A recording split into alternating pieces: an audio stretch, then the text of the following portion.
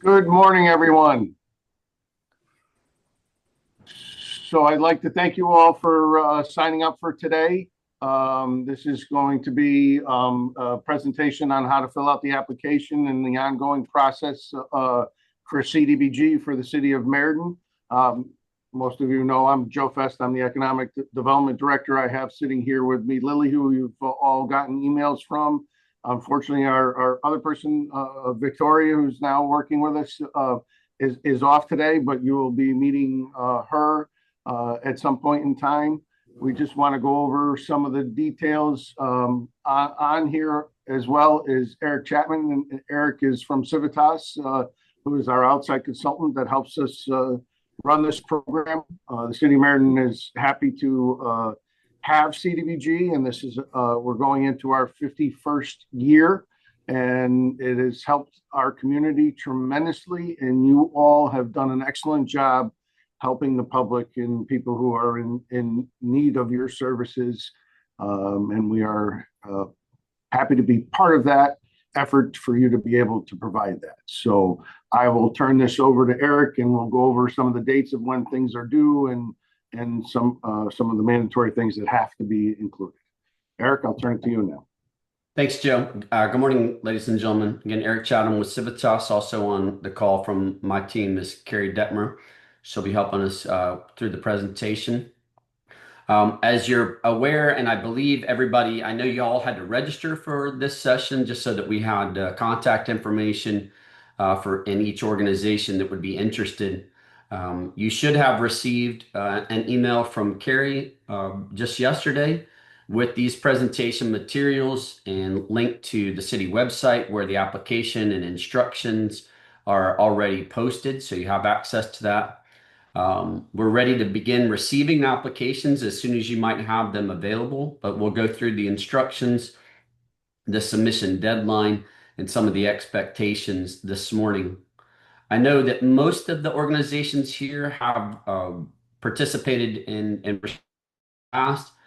Some of this will not be anything new to you. We have not, in any major form, modified the application over the last couple of years. So pretty straightforward, standard.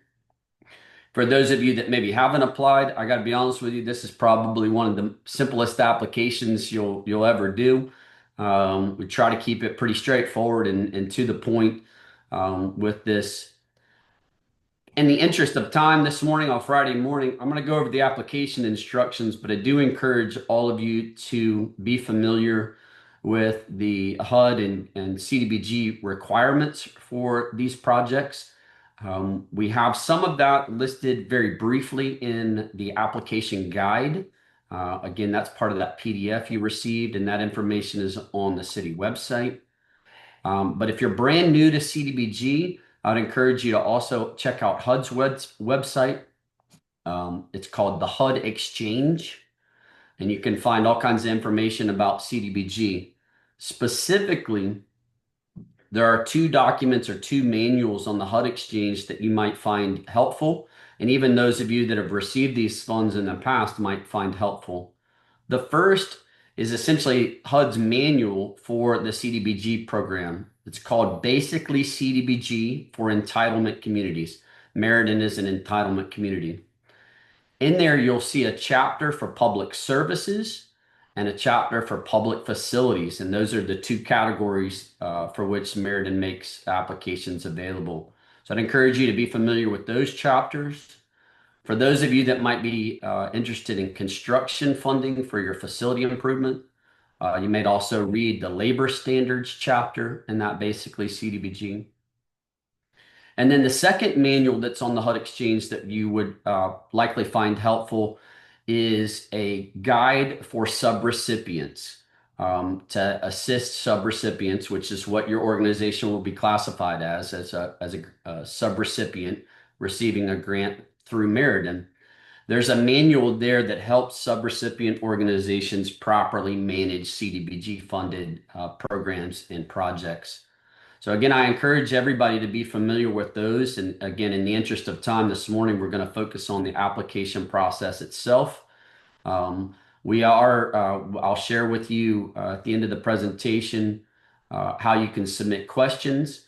Any questions that we receive, we ask you to submit them via email and so that they're in writing, and we'll post or share with everyone the answers so that everybody is privy to the same set of information. Of course, we'll take out any sort of proprietary information that might be applicable in that question, but we want everybody to have the benefit of the same level of information and feedback. Okay, so with that, I'm just going to go through that PowerPoint presentation. Again, I believe you have a PDF version of that in the packet that Carrie sent out. And then we'll go through the application itself in a moment. Okay. Um, this is beginning what HUD refers to as program year 51. This is the 51st year of CDBG. City of Meriden's received funds all the way since the beginning. The city's program year, when we'll actually have access to these funds, won't be until at least July. As you're probably all well aware, the federal government was significantly delayed in passing a budget for this fiscal year and then making these allocations available for each city. So we're a little bit behind schedule. We're trying to do this as quickly as possible.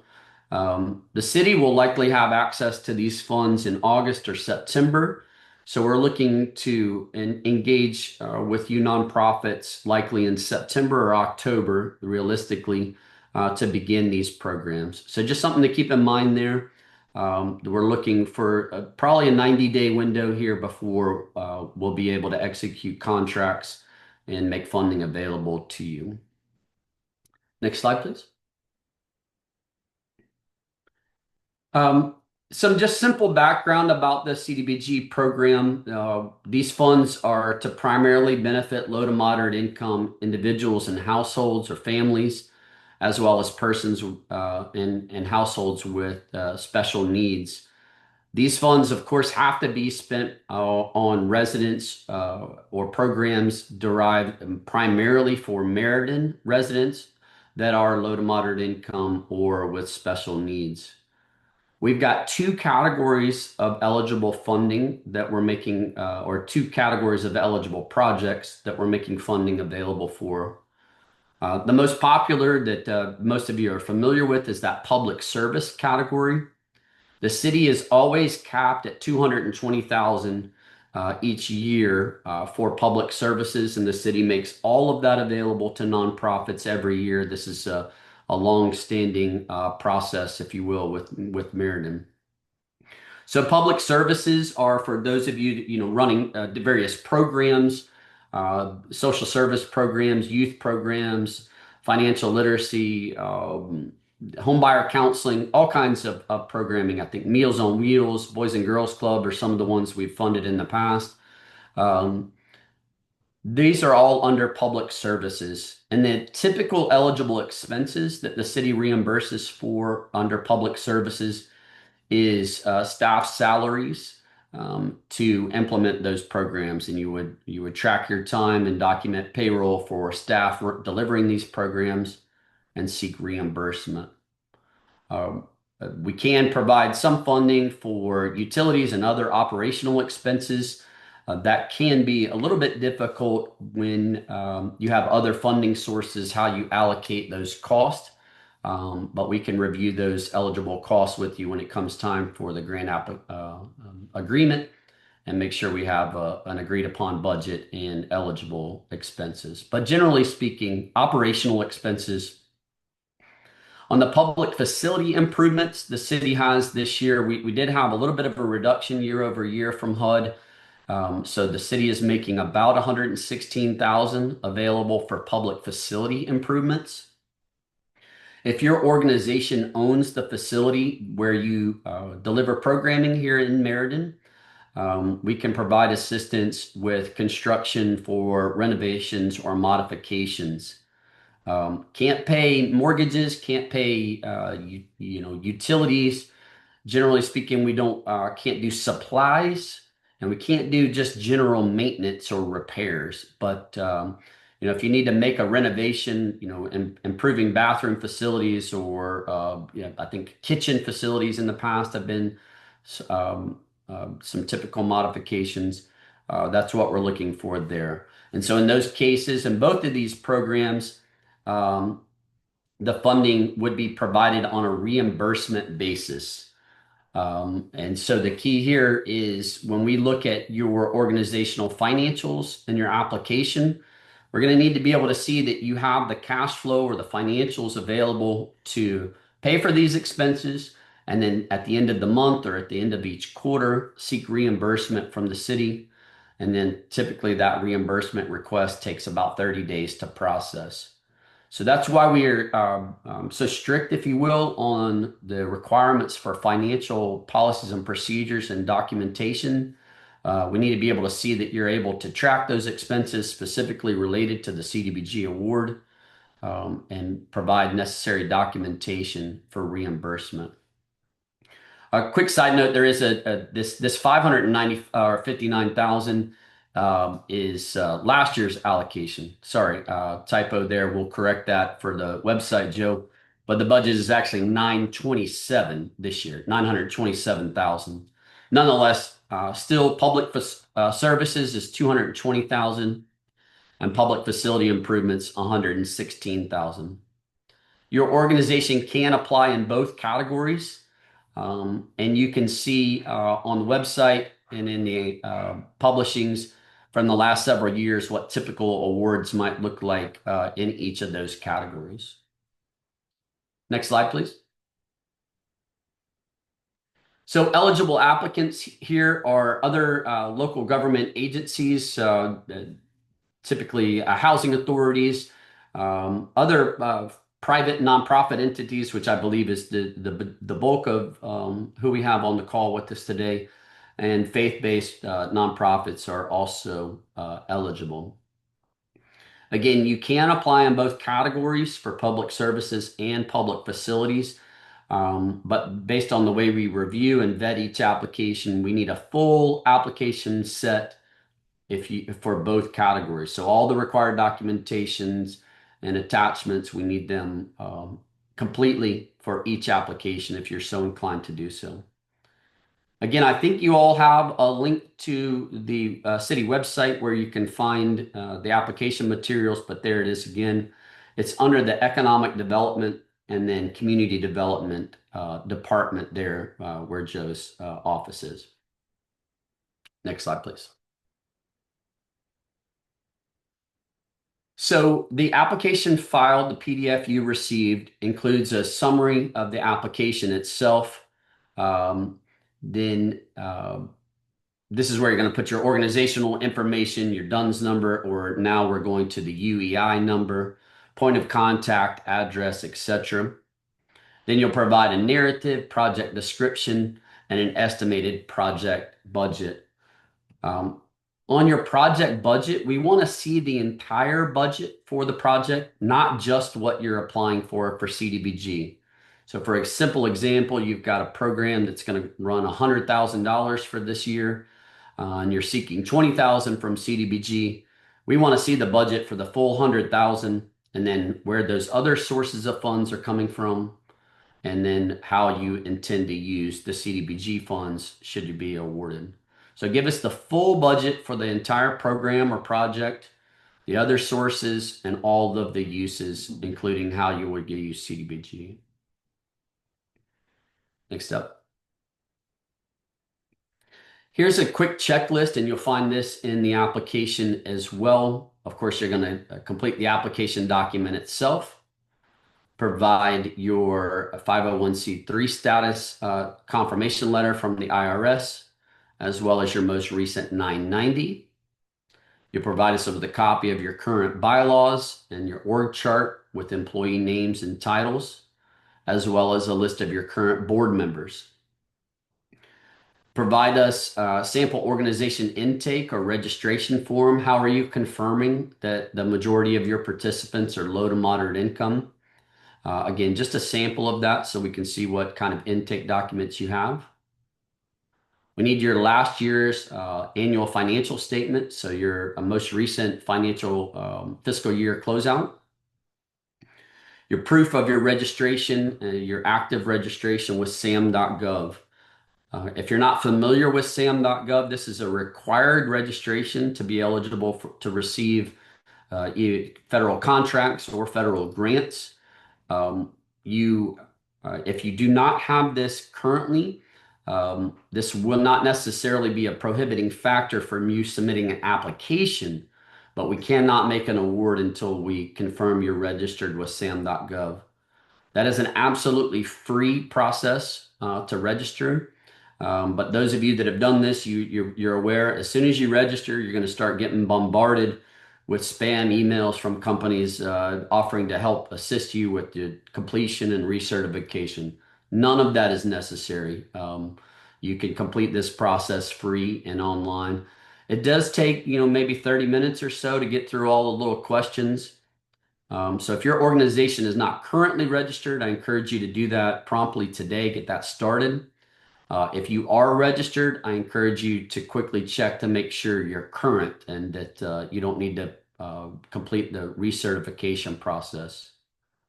So for the application, the proof of registration, we just want you to go on to sam.gov, log into your account, show your entity information, and hit a screenshot of that page. What that's going to show us is that there are no active exclusions. This is how the federal government identifies if any entities or their management has been debarred from participating or receiving federal awards. So we're required to check all organizations through this. So we just want to see that you're registered, you're active, and no exclusions. Finally, we'll be looking for conflict of interest disclosure forms. That's part of the PDF. We've got a standard template. Each board member, your executive staff, and any program or project staff need to complete this disclosure. I know we already have several conflicts of interest that we are aware of, where you might have city employees, or you might have employees that are relatives of city employees or city council members. That is not a disqualifying factor, but we do have a formal process with the city attorney and with HUD to review those conflicts and authorize an award. So we need those completed. Again, all board members, all executive staff, and any of your project or program staff that'll be involved need to complete this form. Next slide, please. And there's a screenshot of that conflict of interest form. Pretty straightforward. At the bottom of the screen there, you can see a citation. That's to the federal CDBG regulations. And you can review that, or if you'd like to have your own legal counsel review that, so that you're aware of what you're signing. There's the citation at the bottom. Next slide, please.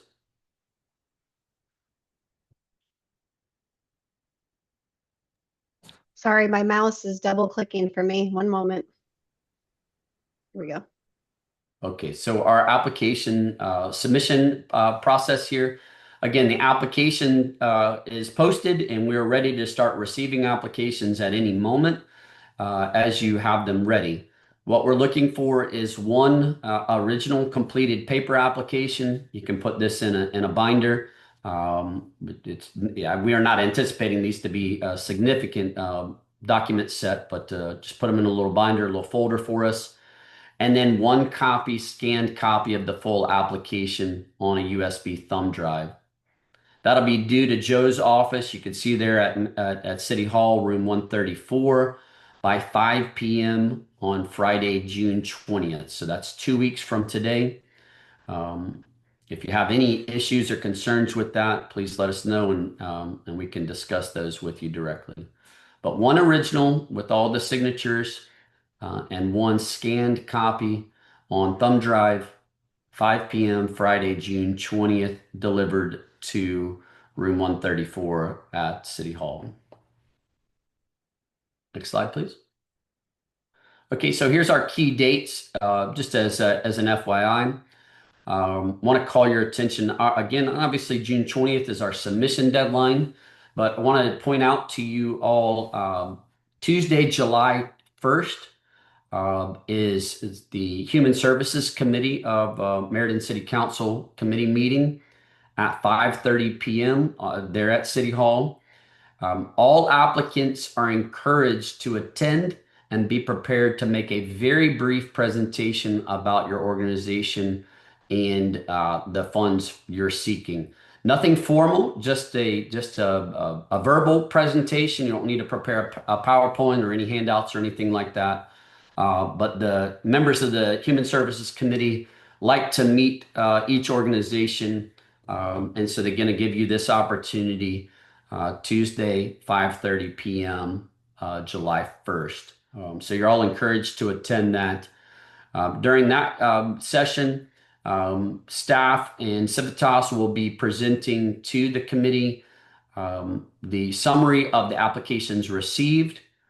If your application is deemed to be ineligible for whatever reason, we will certainly let you know ahead of that July 1st.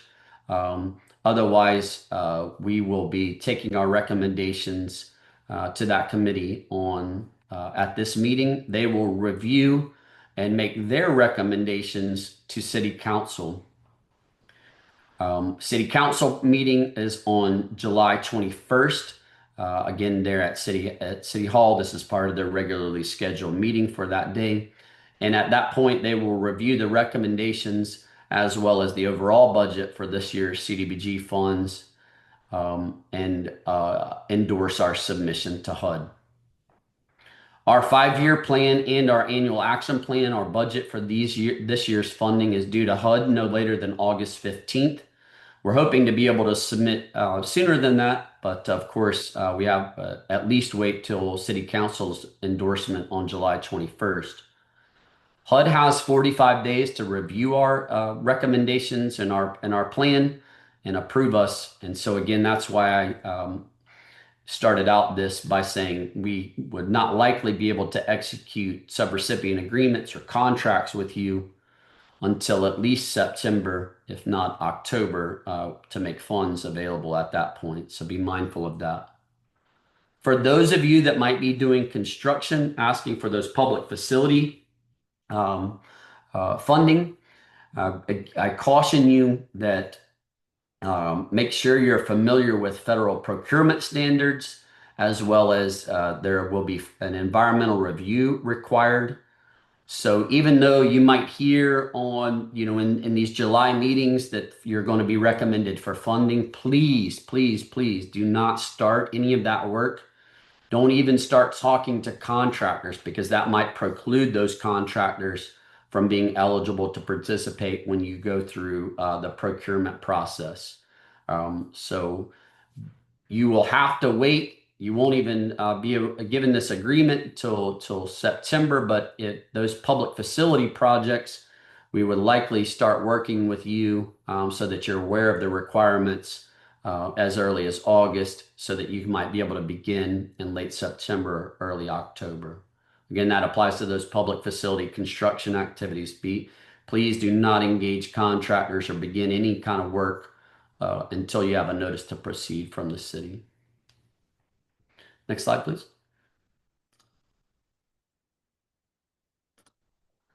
Okay, and so just any questions can be sent, of course, in writing, or comments in writing there to Joe's office. But here's his email and phone. If you have questions, again, I encourage you to email those questions to Joe. That way, he and our staff can review those and promptly respond to everyone and give everyone the benefit of the information that might be shared. Again, this presentation should have been in your package that we received by email. It'll also be posted on the website. And of course, Joe's information's on city website. Okay, Carrie, I think that takes us to the PDF of the application itself. Yes, I'm going to stop sharing for just a moment and get that going.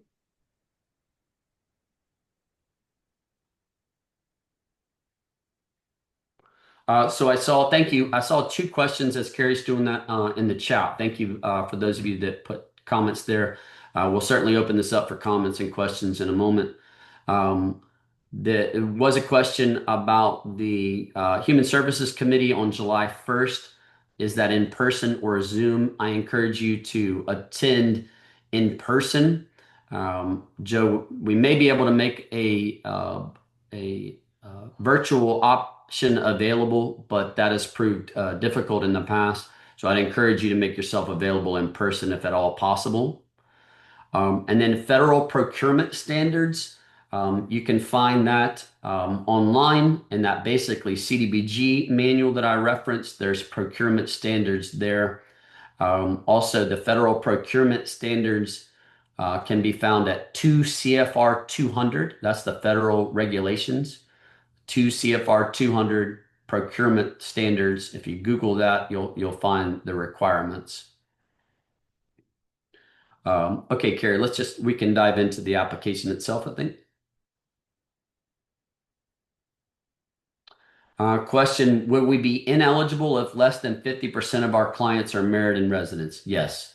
The threshold is primarily, which is just 51%. We do know that some of you offer programs that might not be solely for Meriden residents. That's acceptable, but you will have to be able to document primarily Meriden residents, which means at least 51%. Thank you, Carolyn. Okay, so here's the application summary. This, again, I think this is about as simple, brief application as we can possibly make it. I don't think there's anything that's necessarily going to catch you off guard. This information, I will just draw your attention right at the top of that screen there.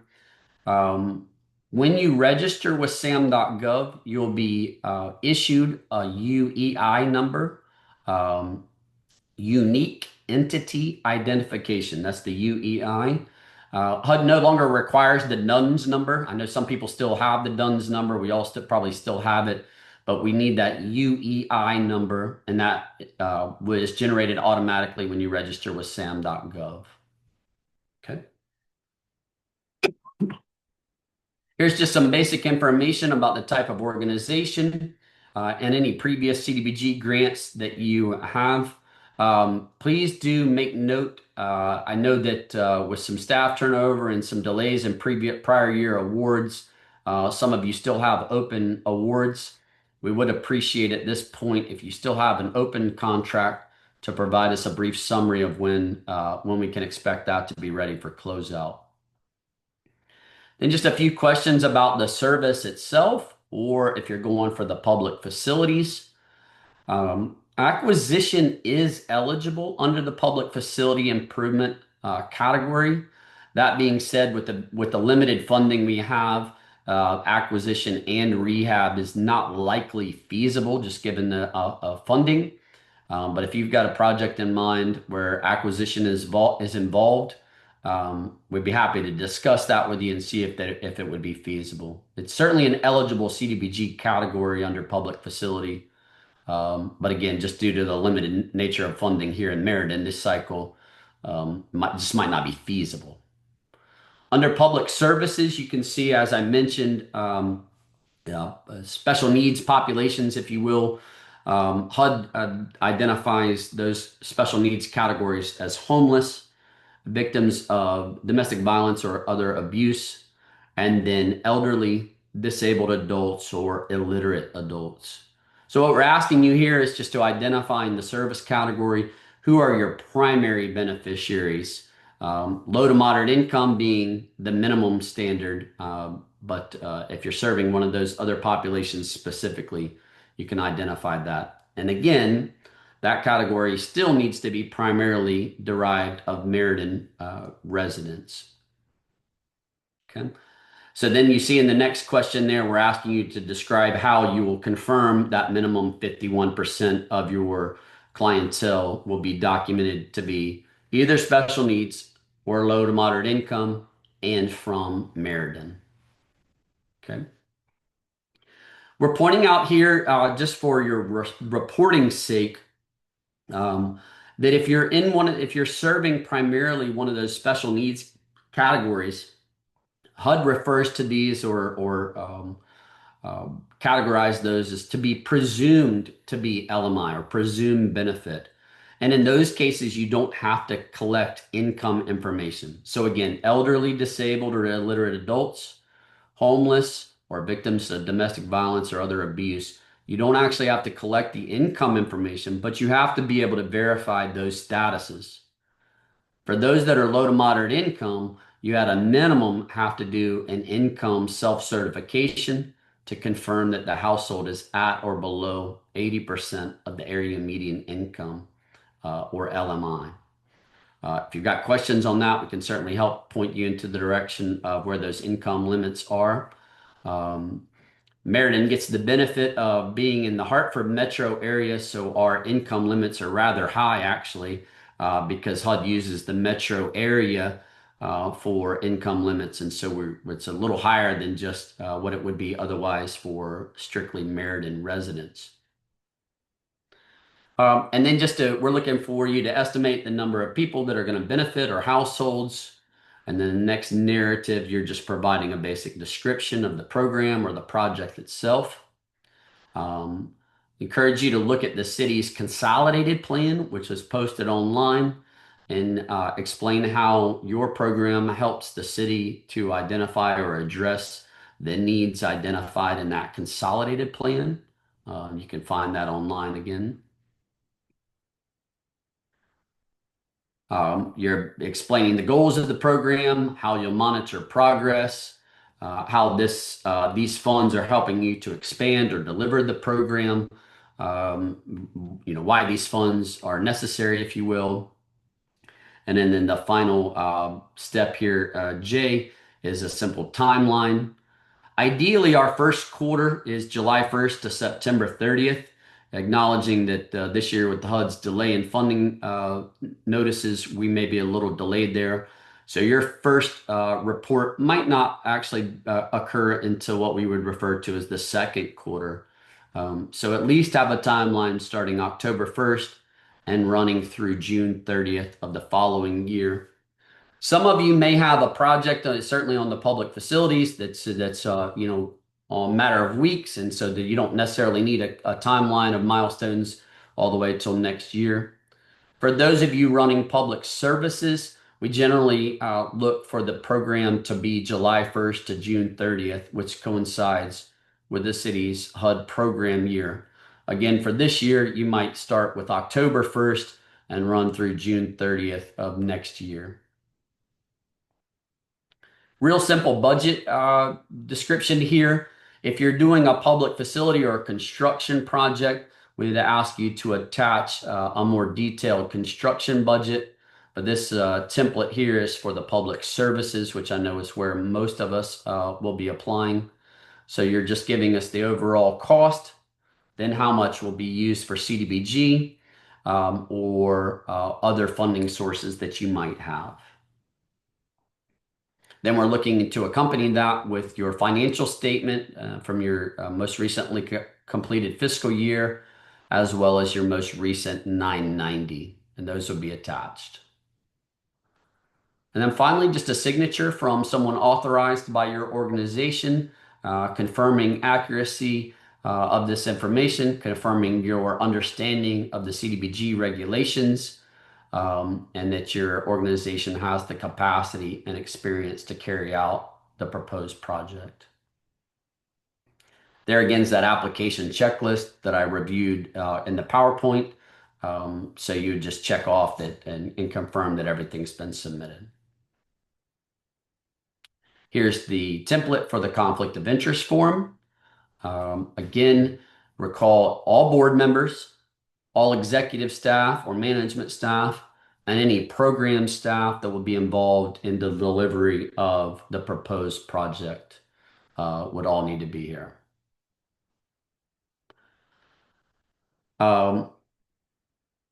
Joe, anything you want to add there? Carrie, I think you can stop the share at this point. You're on mute, Joe.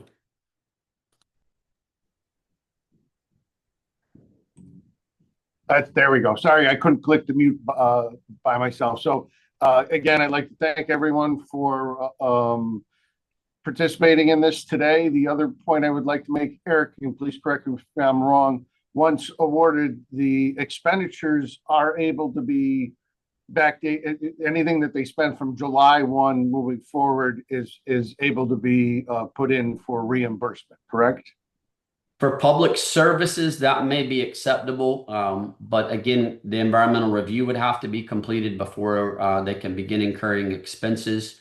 And we're not likely to have those completed by July 1st, so I would caution it might not be literally all the way back to July 1st. For the public facilities, no, you can't incur any cost until you have a full notice to proceed. So public facility expenses cannot begin to be incurred. Public services, what Joe is referencing is that the HUD gives us the authority to incur costs starting on the first day of the program year, as long as we can otherwise document eligibility and meeting federal standards, i.e. the environmental review. So I caution you on those, but yes, we'll try to give you back as much time as possible to recoup cost as close to July 1st as possible on public services.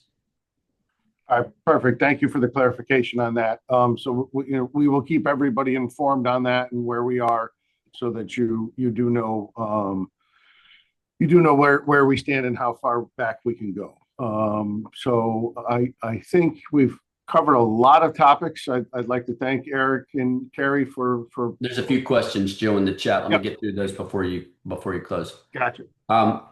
So existing service but new clients, that is allowable. Yes, that the service does not have to be new or expanding. That's our preference. That the CDBG funds are sort of catalyst for some sort of expansion of an ongoing program. But yes, expansion or new clients is really what we're looking for, preferably. One of your board members is out of state for the month. I'd encourage you to use FedEx, use online. You can have them sign it and then scan that back into you. But we're going to have that before we can review and complete the process to identify any potential conflicts. Then the next question from Patrick, can you review the public facilities eligibility again? So public facilities from CDBG perspective are facilities, whether they're community centers, recreation centers, parks, libraries, etc., obviously owned by the city, but also similar sort of community facilities owned by nonprofits. So if your organization owns your facility and that facility is primarily utilized or benefits Meriden residents, then you can apply for funding to renovate or rehabilitate that facility. So again, some examples of that we've had over the years. We've helped with playground equipment and recreational equipment and facilities. We've helped improve bathrooms and kitchens, roof replacements, HVAC improvements, any kind of renovation that is necessary at the facility that you might own. Again, that triggers substantial federal requirements for public facilities, and certainly including procurement, environmental review, labor standards, and currently potentially buying American-made and supplied materials based on the type of project you might have. That might trigger some of the more recent federal requirements about sourcing of construction materials. Working my way through the list. Thank you for using that chat. That's certainly helpful to document these questions. From Karen, could an organization apply to provide services to agencies who serve low-income families? No, that is not eligible. The activities have to directly benefit low to moderate income individuals. Does each board member have to sign a disclosure? Yes, all board members must individually sign the conflict of interest disclosure form. Clarification, can funds be used for tangible goods, paper goods, food, beverages for serving meal? Food is not eligible, but yes, supplies for your office or to run your program, marketing materials, etc., would be eligible, but food is not eligible, with one exception. In the event that you might be running a food pantry, where that is the service to provide canned goods or food for families, that's the only way that's eligible. But if you're just having an event, you want to offer refreshments at your event, that is not an eligible use of CDBG funds. Next question. I'm really new and don't have any money yet. Can I still get funding? Unfortunately, that's not feasible. The city provides these funds on a reimbursement basis. So you have to be able to operate your program for several months, document that you paid for those expenses, you've achieved accomplishments or served clients, document the client's eligibility, and then seek reimbursement. So realistically speaking, you have to have enough cash flow to at least operate your program on a 90-day basis, given that you would complete it for a month or even up to a quarter, submit reimbursement, and then that reimbursement can take up to another month.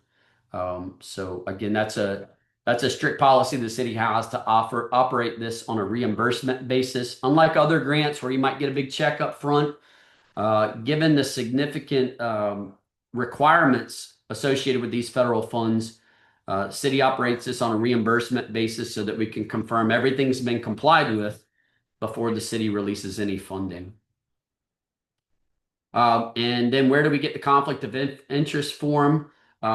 It's missing from the packet. Carrie, is that, if that's not on the PDF, we'll make sure that it's emailed to everyone that was registered, and we'll get it posted specifically to the website as well. Thank you. On the website where the application is, it's the last page of the application, which is posted on the city website.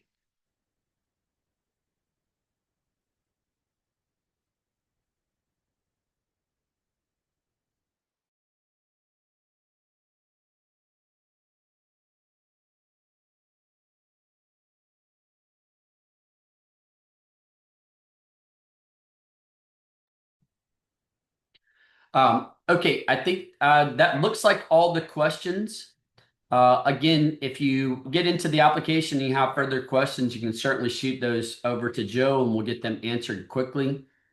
We're happy to review with anybody or have a conversation with anybody that might have questions about this. I'll recall the beginning of my presentation. If you're new to this altogether, really encourage you to look at the CDBG requirements. You can find tons of information on the HUD exchange. And again, look for basically CDBG for entitlements, as well as a subrecipient guide. And that's oriented for nonprofits receiving these funds for effectively managing the program. Joe, I think that concludes the presentation. Happy to turn it back over to you there if you have any further comment. Yes, again, just to thank you. And as Eric stated, if anybody needs any further assistance, please don't hesitate to reach out to any of the three of us here at City Hall. And if we don't know the answer right off the top of our head, of course, we will then reach out to both Carrie and Eric to get the answers for you and get right back to you. So again, thank you, everyone. I think this was very helpful and very well put together. I appreciate both of your hard work to do this. And I would like to stress that the only night that people we encourage you, as Eric has said, is the Human Services Committee meeting on July 1st. No one has to attend the city council meeting on the 21st, but we will make sure everyone is notified of the awards as soon as possible, which most likely will be sometime in July or in most likely in August. And then we will wait for HUD's approval and get those things out to you. So again, thank you everyone for coming today, and I appreciate it. Thanks, Joe. Have a great weekend, everyone. Hi, thank you.